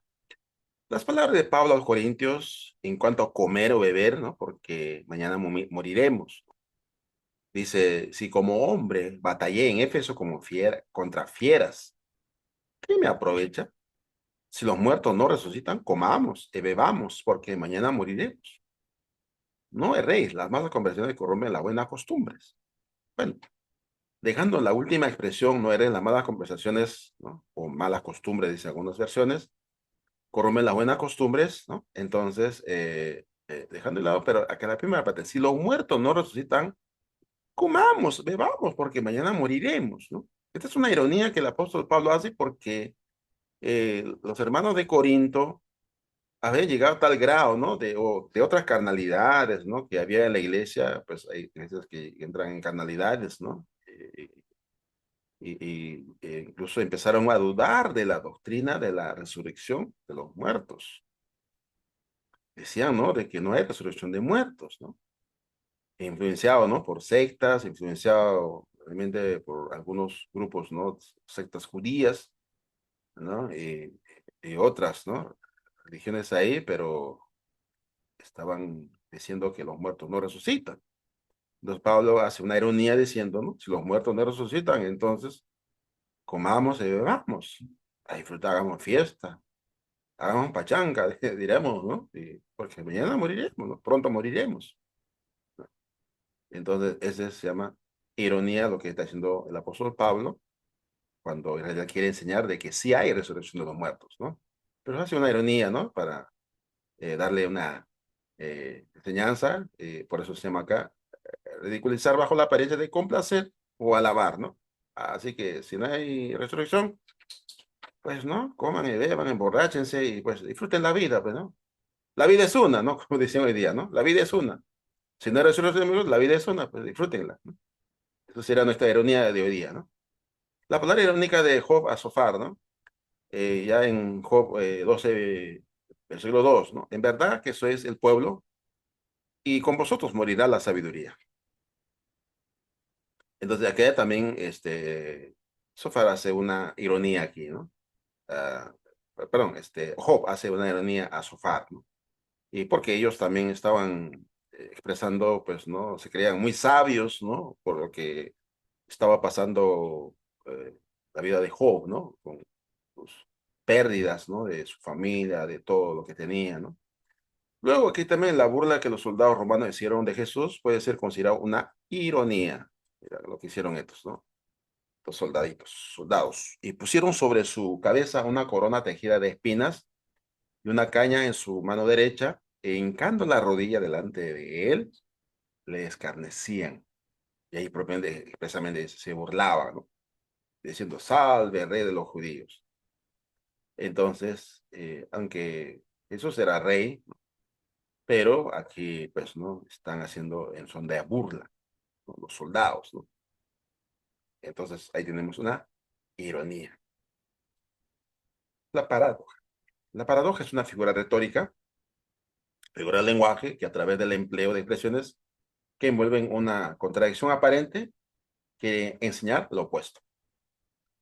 Ejemplo de esto lo tenemos en boca de nuestro Señor Jesús. Dijo, Dice así: el que haya su vida, la perderá. El que pierde su vida por causa de mí, la hallará. Entonces, en realidad es una paradoja, porque ¿cómo es que yo, pues que halle la vida y lo pierdo? ¿Y cómo es que pierdo la vida por causa de él, pero lo voy a hallar? O sea, ¿cómo es que voy a morirme yo, ¿no? Y luego encuentro la vida. Entonces, esta es una paradoja que nos enseña muy profundamente, ¿no? La importancia de seguir a Jesús, la importancia de seguir a Jesús. Y luego también Pablo hace también, cuando Pablo habla a los Corintios, en su segunda carta, ya en primera Corintios hemos visto, le dice así, ¿no? No mirando nosotros las cosas que se ven, sino las cosas que no se ven. Pues las cosas que se ven son temporales, pero las cosas que no se ven son eternas. Esto también es una paradoja.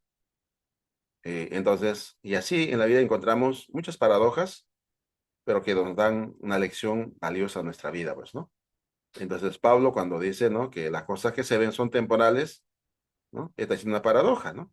No, en realidad significa que las cosas que se ven, pues, no sean necesarias, pues, ¿no? Pero las cosas que no se ven son eternas, ¿no? Entonces, las cosas espirituales son eternas, ¿no? Naturalmente, porque ¿y cómo es que podemos buscar cosas que no se ven, pero que son eternas, ¿no? Entonces, y esta es la paradoja de la verdad que la enseñanza que nos deja el apóstol Pablo. Luego tenemos la atenuación. También se conoce como litote. La atenuación es una figura retórica también relacionada con la ironía y el eufemismo, mediante la cual se afirma algo disminuyendo, acá en este caso, disminuyendo, o significa también atenuar, ¿no? Significa disminuir, suavizar, o negando lo contrario de lo que se quiere afirmar o decir, no poco, significa, cuando decimos no poco, mucho, ¿no? No está bien, equivale a está mal, ¿ya? Entonces, en forma de negación, lo encontramos en Hechos de los Apóstoles cuando Jesús les dijo, porque Juan ciertamente bautizó con agua, mas vosotros seréis bautizados con el Espíritu Santo dentro de no muchos días, ¿ya? Dentro de no muchos días, ¿ya? Entonces, en realidad, ¿no? De muchos días, se refiere pocos días, ¿no es cierto? Entonces, en este caso, la palabra pocos, ¿no? En lugar de decir dentro de pocos días, dice no muchos días, ¿no? ¿Ya? Entonces, no muchos, no, no pocos, ¿no? Entonces se expresó en su forma negativa, no mucho. Las cuales mataron al Señor Jesús y a sus propios profetas y a nosotros nos expulsaron, no agradan a Dios, ¿no? Pues, no puse en negrita este texto, los cuales mataron al Señor Jesús y a sus propios, primera Tesalonicenses 2:15, los cuales mataron al Señor Jesús y a sus propios profetas y a nosotros nos expulsaron, no agradan a Dios y se oponen a todos los hombres. Entonces acá, cuando Pablo dice no agradan, es la forma negativa de desagradar, ¿no? No agradan, en realidad cuando dicen ellos desagradan a Dios, también podemos encontrar el itote en la forma de atenuación.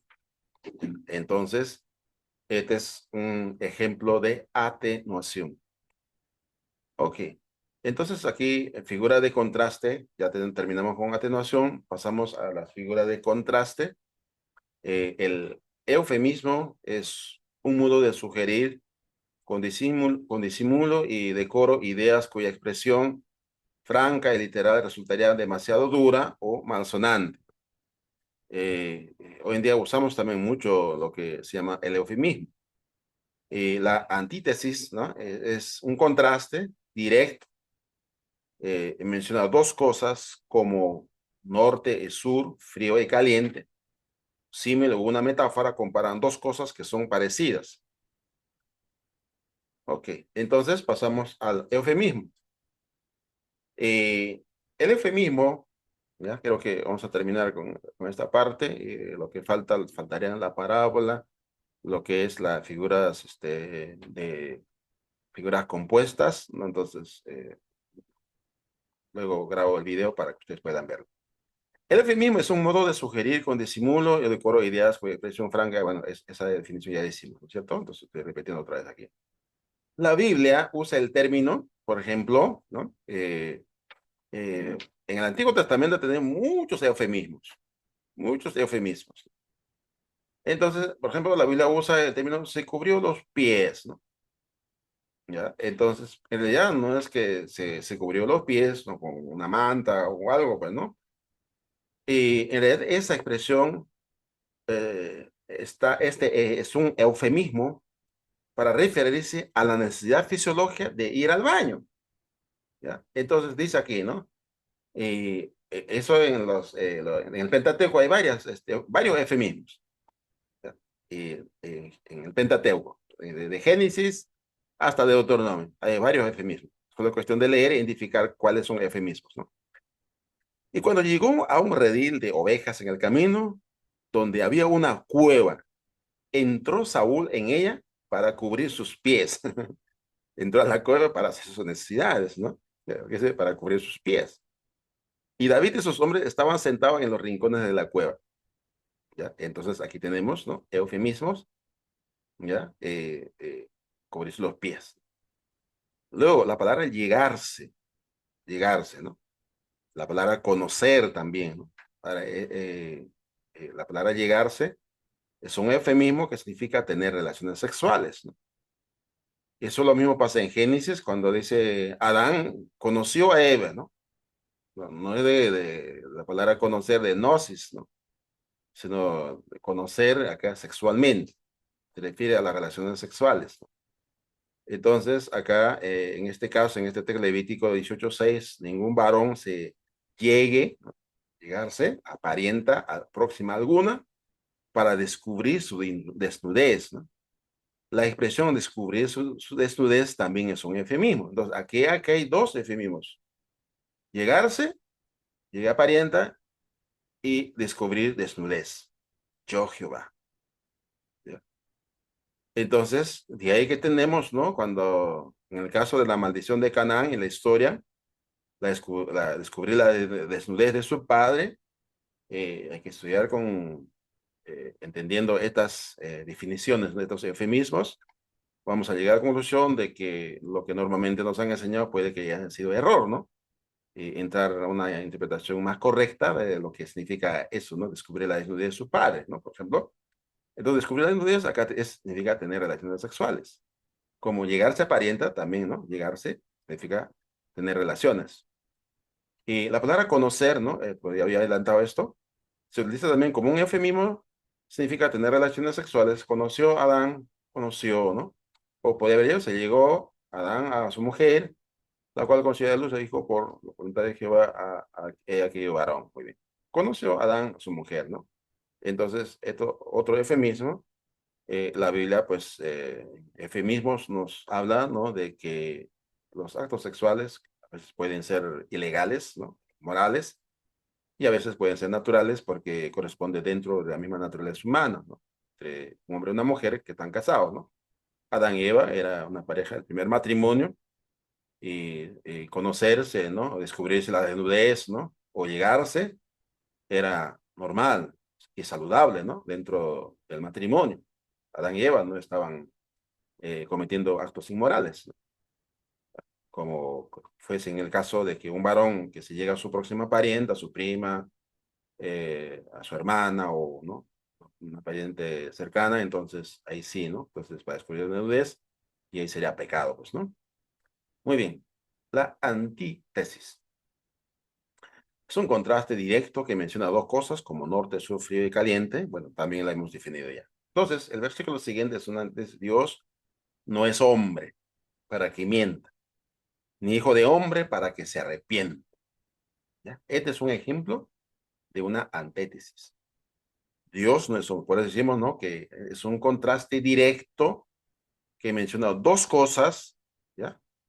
Como norte, sur, frío y caliente. Entonces, y acá tenemos Dios no es hombre, ¿no? Y luego define, ¿no? Para que mientan, ni hijo de hombre para que se arrepienta.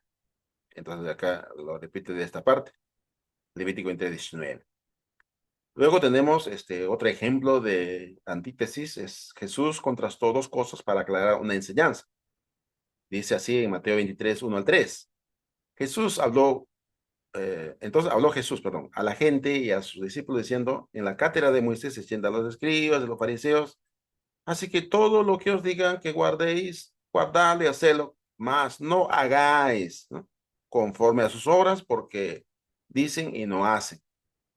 ¿Ya? Entonces, es una antítesis de lo que enseñan los maestros de Israel, ¿no? Porque cuando habla de cátedra de Moisés, también hay una figura del lenguaje aquí, o sea, los escribas los fariseos, ¿no?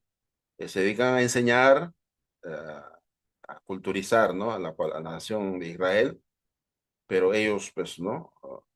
No hacen lo que dicen. Entonces, la invitación a los oyentes es hacer lo que los maestros enseñan, pero no como ellos, pues, ¿no? Entonces, lo mismo hoy día, los maestros debemos tener mucho cuidado a no caer en eso, pues, ¿no? Muy bien, entonces, esta parte ya no vamos a hacer porque no está desarrollado, por el tiempo vamos a quedar ahí. Solamente vamos a definir aquí, entonces esta parte lo voy a grabar aparte. La prosopopeya consiste en atribuir características o acciones propias de personas a seres que no lo son, conocida también como, acá tiene que ver eso, personificación, ¿no? Claro, pues, nuevamente prosopopeya, conocida también como personificación, ¿no? Ya lo copiamos. El apóstrofe es la interrupción, exclamación o pregunta dirigida con vehemencia a un ser animado o inanimado, real o imaginario. Se da cuando el orador detiene su discurso, hace como que se marcha el auditorio al que se está dirigiendo y habla a una persona o un auditorio imaginario o a una cosa personificada. Figuras compuestas, ¿no? Tenemos la parábola. La parábola es una narración breve, simbólica, de la que se extrae una enseñanza moral, una, una enseñanza moral, una moraleja. El intento general de la parábola, como de todo lenguaje figurado, es de embellecer y presentar las ideas y las enseñanzas morales en forma atractiva e impresionante. Esa es la característica de una parábola. La alegoría, ¿no? Es una sucesión de metáforas combinadas en forma de narración, de cuyo significado literal se prescinde. Su característica principal es la pluralidad de puntos de aplicación, a diferencia de la metáfora simple, en la que el punto de comparación y aplicación es solamente uno, ¿no? Como el caso que hemos visto, ¿no? Cuando Jesús le dice zorra, pues, ¿no? A, a Herodes, ¿no? Entonces, pero la alegoría, porque eso ya es una sucesión de metáforas, es una narración. Así que, por ejemplo, Pablo utilizó muchas alegorías cuando quiso explicar, ¿no? Por ejemplo, la ley utilizó alegoría, tanto en Romanos y Gálatas utilizó varias alegorías, ¿no? ¿No? Y propiamente dice alegorías, dice en Gálatas, ¿no? En figura compuesta tenemos la fábula y el enigma, ¿no? Es una combinación literaria en la que por medio de una ficción se da una enseñanza moral.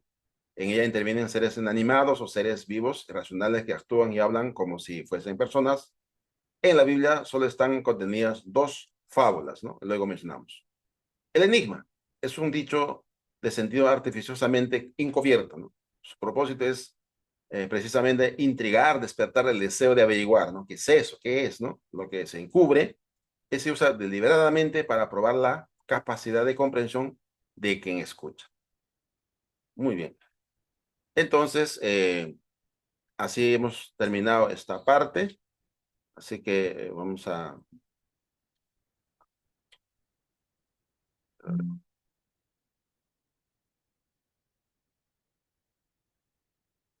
Ok, entonces vamos a terminar con esto. Y quisiera que ustedes comenten alguna duda, pregunta que tengan. Pueden hacerlo antes que cerremos.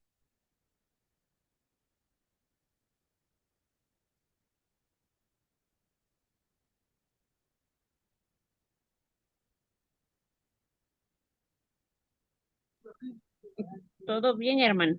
De mi parte, todo está bien, solo que es un poquito confuso porque son varias.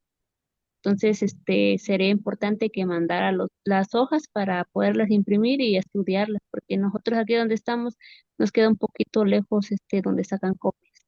Ya, ya, ya. Sí, de todas maneras voy a enviar el material, ¿no? Para que ustedes puedan estudiarlas, ¿correcto? Ok. Hermano Alan, ¿cómo estamos?